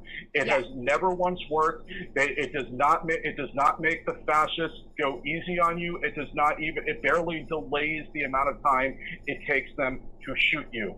Yes, exactly. Just never do it. And that to me right there, like, you know, that's the real, like, revisionism. You know, it's not about like this obnoxious like oh, they changed this because this part of the economic prescription didn't fit like their specific country situation. I don't tolerate like accusations of revisionism in regards to that, but like, you know, this Khrushchevite thing of de-Stalinization, that is revisionism, as like you're not standing like firm in your resolve against the capitalist enemy. Like, this is a problem. You gain nothing from it. Exactly. I mean, okay, so but ultimately, you don't concede an inch. Let me see. So the idea that the 1917 revolution was not a peasant revolution is stupid. It's not a proletarian revolution because Russia was feudal, so there were only 2 million proletarians and 100 million peasants, but it was dirt poor peasants who had nothing, literally nothing. How we know this is because, like I said, the funniest part is from this this British guy who wrote this like funny article called Revolution Besieged, where he talks about how this guy SS it's not Pechersky, what's his last, Pazinski? I don't know. He was the head of the state treasury, But basically, he came in and he got really scared. Like he went to so Lenin was in the Kremlin. He was sleeping in this little corner room that belonged to the God knows who. But then like he had a little in that little room. He had a little curtained off area, and then he was taking an afternoon nap when S is his first name, and I can't remember his his last name, which starts with a P maybe or an R or an L. I can't even remember. Okay, SS, whatever. Anyways, so then Lenin, like he says, hey, I used to be a socialist revolutionary, and I don't have a job. And Lenin apparently tells him to go ask Trotsky, and then Trotsky sends him to Mzinsky. Mzinsky says, is just like talking to him, and then he says something like, I took an accounting class in London, is what SSP says. And then Mzinsky's like, okay, stay right there. Don't go. And anyways, he comes back, and then Lenin has like given him the stamp and the seal and said, you are going to be basically the Secretary of Federal Reserve. And then he's like, what? I don't know anything. And then he eventually finds out that Mzinsky's is the he's the Secretary of what was he? He was the Secretary he was the Secretary of Finance, maybe, or something like that. And his only credential was that he once clerked at a bank in Paris. So they were very desperate for anyone and everyone who could just like have any like really and in that moment, the USSR officially became more of a meritocracy than the U.S. ever was. Yes, it did. Exactly. Basically, in that moment, it was a super meritocracy. If you knew what you were doing, if you like, and then they had mass literacy. Like lots was going on there. So the idea, yeah. So basically, the only two people who say it was a petty bourgeoisie revolution. Okay. So also Noam Chomsky. He said that too. The reason why you needed the literate people who were not slaves to be like in the head of the Bolshevik party was because the simple thing is that slaves can't move. Slaves can't leave their slave plantation or whatever. So people who were not slaves often had to like carry information, distribute newspapers, whatever. So, but that doesn't mean that it's not a peasant revolution or whatever it is. Like Chomsky says that thing. So there's three flavors of it. The Trotsky, I'd say something stupid. And then the second one is the Nazi one, where they literally say it's a Jew. And the third one is the Chomsky idiocy, where he doesn't understand the finer technicalities of feudalism. And all three are false. Just look at, like you cannot assemble an army to fight 14 different imperial powers if you did not have popular support. Like that's way more that's 100 million people willing to die for the Soviet Union. You never had that in America. You never will. So anyways, let's see what Matt C has to say some more.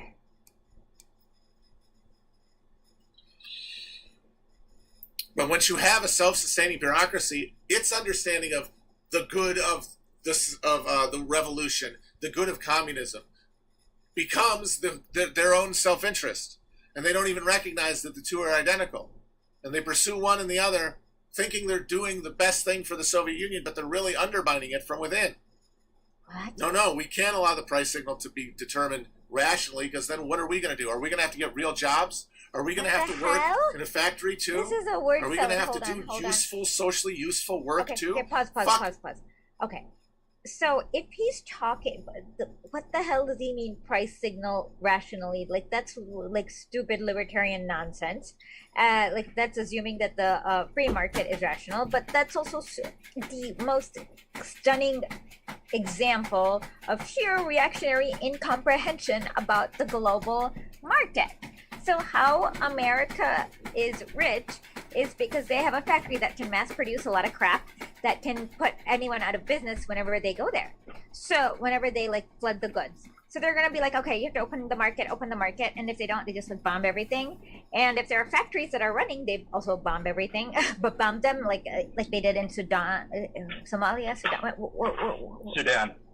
Clinton, okay, the pharmaceutical factory Clinton bombed was in Sudan. Okay, like they do there, and thousands died from malaria. So what happens is that if you are, the way colonialism works is that if you're like exporting raw material like in Africa or Asia or even in Russia back in the day, you would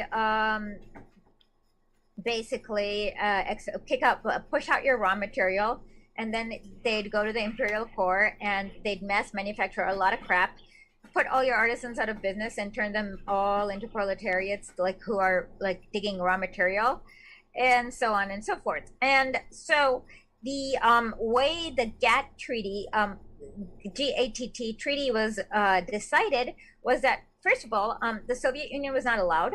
East Germany was not allowed. Fascist Germany, West Germany was completely fascist all the time. Fascist Germany was. Let's not forget. People's Republic of China, which had the world's most number of people, was not allowed. Taiwan was in their place as a Republican of China. Like Che in his 1964 speech to the UN talks about the whole thing. So then when you get like a whole bunch of fascists together and they're like, okay, we're going to set the global trade rules so that the US dollar is like whatever we decide. And then the goods are going to be evaluated by this place called the IMF, and so all you third world countries are gonna have to like produce a lot of crap in order to get like a tractor, or else we're gonna let you guys starve. Well, that was, and basically to fight that you have to like, I don't know, fight another world war. I don't know how to like. I think we're gonna all die before we end the WTO now. Well, I mean, life on Earth is probably going to end. I bet you it'll be easier to get an apocalypse than to end the current trade regime. So, so the price signal work, that's just nonsense. That's just, and you can't manufacture what you don't have. So if you don't have, let's say, gold, and like not every country has everything. The US goes with their military and steals everything, yes, but that doesn't mean they have it. Like, that's why in the US you don't understand what shortage is like, because because your military is huge and it'll like just steal everything and none of you are going to feel anything. And because you're so comfortable with your goods, you're just going to be like, who cares? All these Congolese children are dying. Who cares? Which is what most of you are. Like yesterday, I saw this DSA person that really pissed me off about how socialism is good, but he doesn't know. It's like about Venezuela, and I'm like, if you can't bloody defend Venezuela, you are useless. Like you are about as useless as Ben Shapiro to me. Yeah, Venezuela is an easy country to defend. If you can't defend, you're that stupid. As my late uncle would say, useless as tits on a nun. Like that's the only way I can describe it. Like, Venezuela is a really easy thing to defend. Yeah, okay, all you have to be like is, Guaido's alive, so you can't, Maduro's not authoritarian, boom, done. Yeah, like Guaido's alive, like, and then like anything else, they'll say, sure, you can like, but usually 9 out of 10 times, that's usually enough. But so if you can't defend Venezuela, I mean, you're like less than useless to me. I don't know what you're like. I'd rather have like a Democrat for comedic purposes than somebody who is not able to defend Venezuela, who calls himself a DSA agent. I'm sorry. No. Perfect Freudian slip. Like, do you have like on hand that FBI leak about how people should start? They want agents and informants to start calling themselves democratic socialists, and like go to like communist meetings and such, and like try to like disrupt procedure and just be like as tedious as possible. Have you seen that? Like, I'm the one who tweeted. The first tweeted, that's a CIA memo. Oh, I thought it was FBI. No, it's about like yeah, and so yes, but the DSA is like insult. Oh my god, their NPC is so cringe. you're like, okay, Yakov Pavlov is going to fight. Yakov Pavlov is going to literally fought 400 German tanks with his 4 friends, who were all 3 of them who were under 18. Even though Jude Law in that movie, that Jude Law plays him and he's like 40. Vasily, what's his name now? But what's that movie with Jude Law? Oh, you're going to need to be way more specific. That dude was in every movie of 2004 alone. Okay. It's about where Jude Law is an FBI. Sorry. He is a Soviet agent, and he is hunting this Nazi. And in the end, enemy at the gates. Okay. Enemy at the gate. I'll take your word for it. I haven't seen it. So the real life guy, he was in the Pavlov's house before he they did this. But the thing is that so the DSA's like, oh my god, my clapping triggers you, and I'm like, wait till you see what happens when those Nazi tanks come in. yeah. So it's like the clapping triggers you. Nazi tanks is like, you're not going to be able to handle that, and you're useless to the revolution, so just go away and do whatever you guys want. So anyways, I think we covered most of the points. Let's listen on then. No, who wants to do that? And I agree. That's what they signed up for, though, when they decided to play the game after World War II, when they decided to fight the West on the terms of markets. They were not fighting. Okay, hold on. They were not fighting the West. They were literally trying to survive. Nobody was trying to fight the West. The West was fighting them, but they were not fighting back because they had nothing to fight back with. It's all projection. So they were not fighting. No arms race. It was an arms chase. Yes. Yes, for the most part, like the one time, like there maybe 1975, maybe the Soviet Union may had a few more nukes, but for the most part,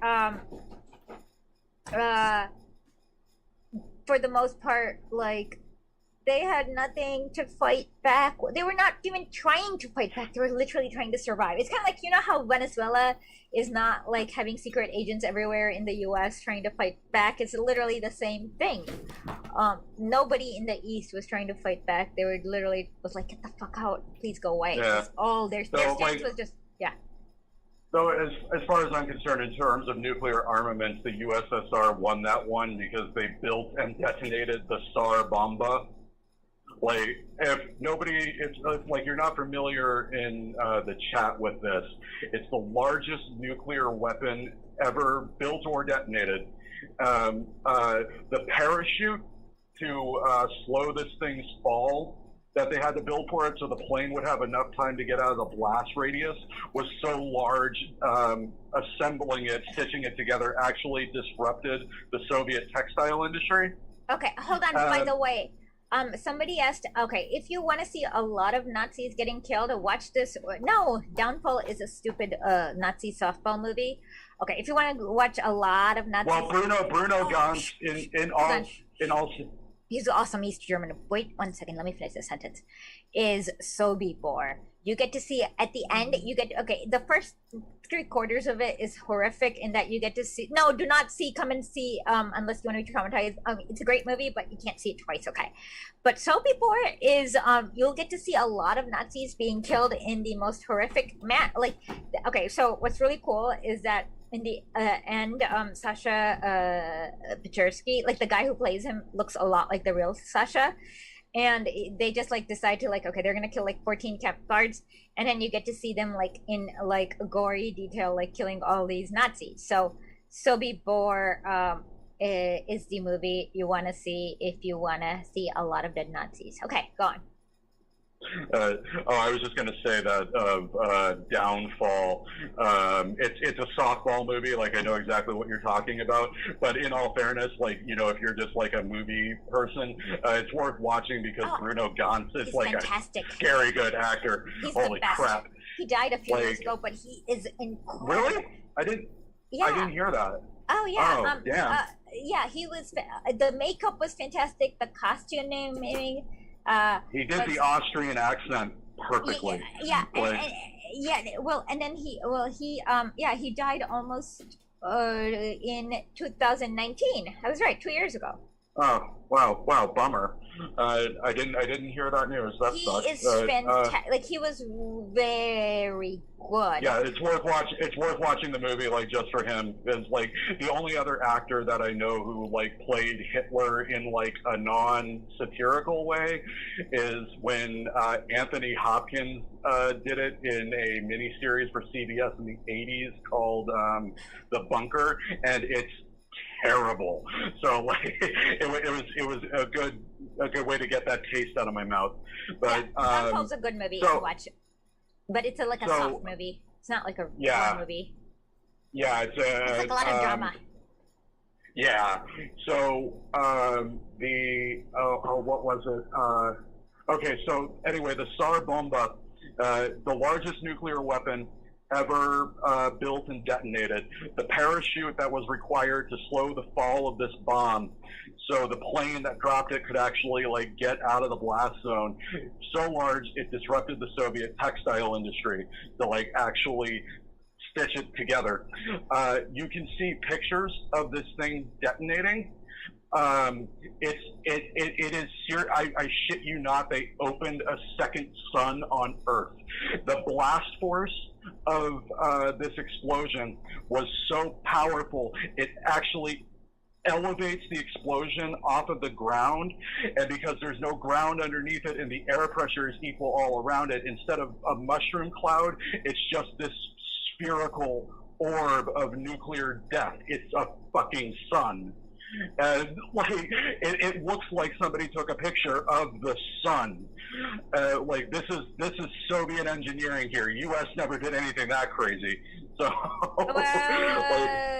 maybe not. No. They lost. You know about the broken arrow that they lost in Florida? I bet you that's what's going to end civilization. Yeah, there's one broken arrow. A broken arrow is a nuclear. Well, Star Wars was asinine. Like so, okay, like there are 7 broken arrows. There's one in Florida that is going to just annihilate. I bet you some Florida dude is going to like accidentally nuke us all. Never been recovered. Okay, so Janet, let's see what else. Let's see. Outputs and consumption, and economic development through consumption, and that wasn't Khrushchev's fault. People put it on Khrushchev. It was Stalin's fault. This needs to be emphasized. Stalin set the stage so that by the time Khrushchev took power, he had no other options. The other option was Beria trying to do Glasnost 50 years earlier. I don't know if anybody is aware of this, but if you saw Death of Stalin, they really Death of Stalin. It's a comedy movie. That's not fact. It's fiction. Like total fiction. What the fuck? Okay. From now on, in order to prove capitalism, I'm going to start citing Mad Max. Cite Mad Max and Mad Men. Yeah, perfect. Mad Max and Mad Men is all like. Have you seen Mad Max and Mad Men? Capitalism's bad. Stalin is a comedy fiction. It's not even about. My God. It's an unintentional comedy. Oh, is it? I thought it was an intentional comedy. It's so funny. No, you're talking about the one with Robert Duvall, right? Yeah. No, that movie's not supposed to be funny. It's only funny if you read books. Oh, okay, it's hilarious. You know, I thought it was satire. No, it's not supposed to be a comedy. It's great. It's very funny, though. Robert Duvall's a good actor. No, but the movie's hilarious. It's like the best satire ever. Yeah, but it's not satire. Well, it is satire, but it's not to Americans. It's not supposed to be. Oh, okay. I thought it was satire, so I laughed so much. No, that's a serious film. Okay. Right? Yeah. Oh no. Like I said, if you read books, that movie's fucking hilarious. Okay. So let's continue. Okay. Very quickly, Beria was head of a troika that ruled after Stalin's death for almost a year before. No. There's no troika. God. Okay, go on. Zhukov and Khrushchev got together to coup their asses. Beria's move was to essentially, in exchange for a Russian Marshall Plan, stepping down. Okay. Oh, Lord. What the fuck? There is no Russian Marshall Plan, because the Marshall Plan is the shock doctrine, privatization, austerity, anti-com, blah, blah, blah. They were not giving it to Russia. There is no Russian Marshall Plan. What the hell is he talking about? That's really, really, really, really, really stupid. Yeah, no idea. Okay, go on. Stalin famously rejected the Marshall Plan. And there was no thing. Russian, and on top of, well, Stalin didn't reject it because it was never there to be offered. I thought they offered it, but he like smelled like, proto IMF loan. Yeah, no, he knew all of it. Like Molotov was the one who rejected it, literally. Like that's the one where the Wikipedia editor said, okay, so I was like trying to see whether Wikipedia was accurate or not. So they had cited what some Nazi thought about what Molotov said when he rejected the Marshall Plan thingy. And I thought, instead of like having what some Nazi thinks what Molotov said, why not just have exactly what Molotov said? And they deleted that for being less reliable than this Nazi who paraphrased his imagination. And then I asked Wikipedia, so what the hell is going on? And then they're like, and I said, I accused them of having a pro-Western bias. And then they said, victors get to write history. So that's why I know it was Molotov, not Stalin, but whatever. Go on. Out of a conflict with capitalism completely. A formal surrender. That was Beria's bottom line. This monster, one of the most disgusting ghouls to be coughed up by the Stalinist state. And he would have been the man of the year. He would have been the hero of the millennia in the West if he had pulled that off. And Khrushchev... What? Okay, hold on. You don't want to be hero of the millennia in the West because that means you're Pinochet and you're throwing people off helicopters. Could him. And yes, then he pursued botched agricultural policy and a consumer economy, but he had to, because Stalin had set the stage. Because Stalin, even after building that state, was afraid to use it when the time was right. Stalin, after the war, is in the same position the German Social Democrats were after World War I, and he made the same decisions. No, they were not. And the Russian... Oh my God. No. Okay. So, oh my God. Oh my God. Okay.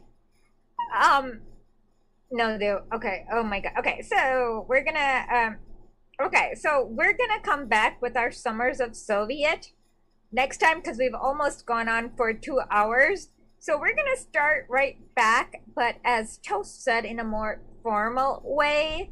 I don't know. So I need help. Like, tweet at me, but actually tweet at John Y. Spinoza, because if you don't follow me, I can't see your tweets. Yeah, we'll be back a week from today. Sure. Yeah, I see no reason why that couldn't work. Okay. We'll restart everything and we can kind of, I know, maybe we should do the history of the CPUSA in documentary format? No, sorry, CPSU, but the Stalin's book.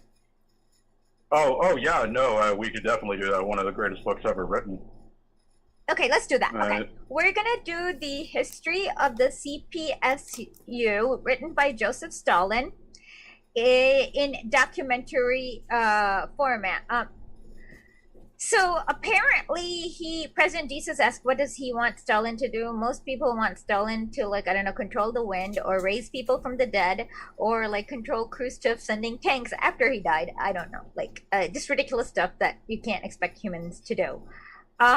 Well, his big issue was... It's like they'll accuse Stalin of having a personality cult around him, and then, like, accuse him of, like, basically being an X-Man who can, like, control the weather. And, like, oh my God, control the weather. Yeah, I actually did this, like, debunk video already, but I haven't finished editing it. Somebody made me watch this, like, stupid song about Joseph Stalin for children.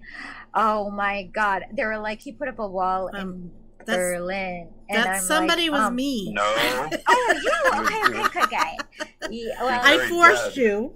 Yeah. And I'm like, no, he did not put up the wall. Somewhere on my phone I have a picture of graffiti on the wall on the East German side that reads, "We never had these stupid walls under Stalin," like in English.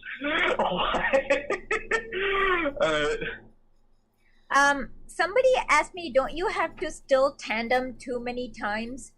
I don't know. Maybe I do. We do. We'll pick it up. But I think it'll be cool to do like a accurate history of the Soviet Union. And somebody needs to get their instrument and play me the Soviet national anthem. Stalin is super sold. Oh, no. You have.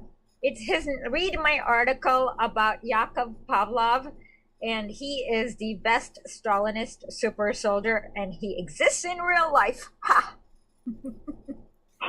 You could do it. You could call it People's History of Soviet Union. Well, no, but all of the Soviet Union is a people's history, so I don't know. How about a non-foaming at the mouth, non-reactionary,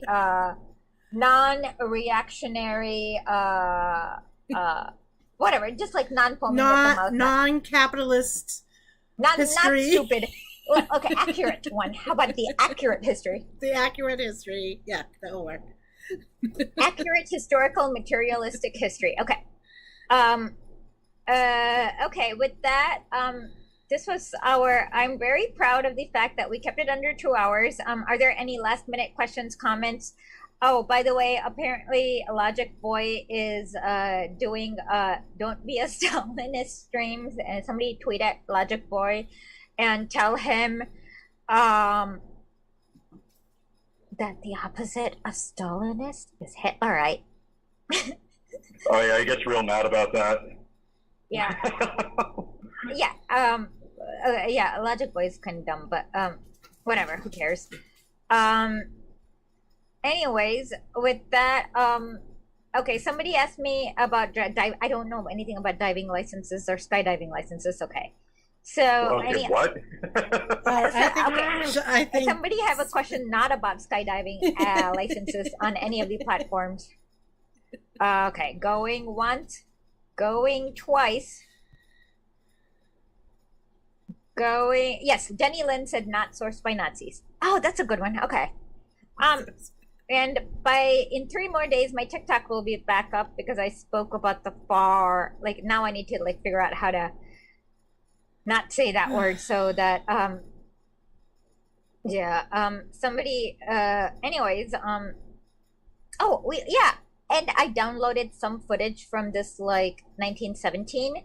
So yeah, a week from Wednesday at 9 o'clock, we will restart it from 1893. It'll be the, you don't want to read books on Stalin. You want to read books by Stalin. He has one of the best books about dialectical materialism. Oh, yeah, it's like, well, that's why they try to demonize him, because the dude has this massive bibliography that's probably like some of the most plainly written, bluntest, bestest cases you'll ever hear for becoming a Marxist-Leninist. Yeah, but but the thing about it, well, there's a lot of that Nazi racism, just plain old Western racism, because he was Trotsky. Oh, we're going to also talk about Trotsky's racism. Okay, so, yep, next Wednesday we'll be back for Soviet summertime, and I'll figure out what sound the no, you should love reggae. There's a really good one, something called Have You Ever Seen a Revolution? I can't think of that guy's name. Just Google reggae, Have You Ever Seen a Revolution? It's very revolutionary. And Bob Marley sung at Zimbabwe, like that was revolutionary. So With that, we'll be back at the same time. Bring your friends, family, enemies, and we'll try to make it a good production for you guys. It will be fun. And like, share, subscribe, come to the listen. And we're gonna be, this week's guest will be Nemanja Lukic, who will talk about core and periphery theory on the podcast. And Steph Zamorano will be our guest for Late Night with Lenin. Yep, exactly. And no with longer that, Sunday. Yep, and I'll figure out what sound a cow makes in Russian. And and that's it. With that, thank you so much. And anytime you see Logic Boys stream, like, tell them to join my stream. And if they accuse you of censoring them, accuse them of being a Stalinist. And that's the coolest thing about people who turn out to be anti-Stalinist, is that they're really easy to manipulate. I'm gonna be like, yeah, I'm authoritarian, I'm gonna censor you, go off. Maybe so with Mango Press, we are on again, off again on a week. So it's because Sammy from Mango Press is either in Lebanon or not in Lebanon. We are a little off schedule for the summer, so we'll let you know. We're there. Okay, I will figure that out too. Those are two good questions about Russian cows. I will figure both those questions out. And with that, have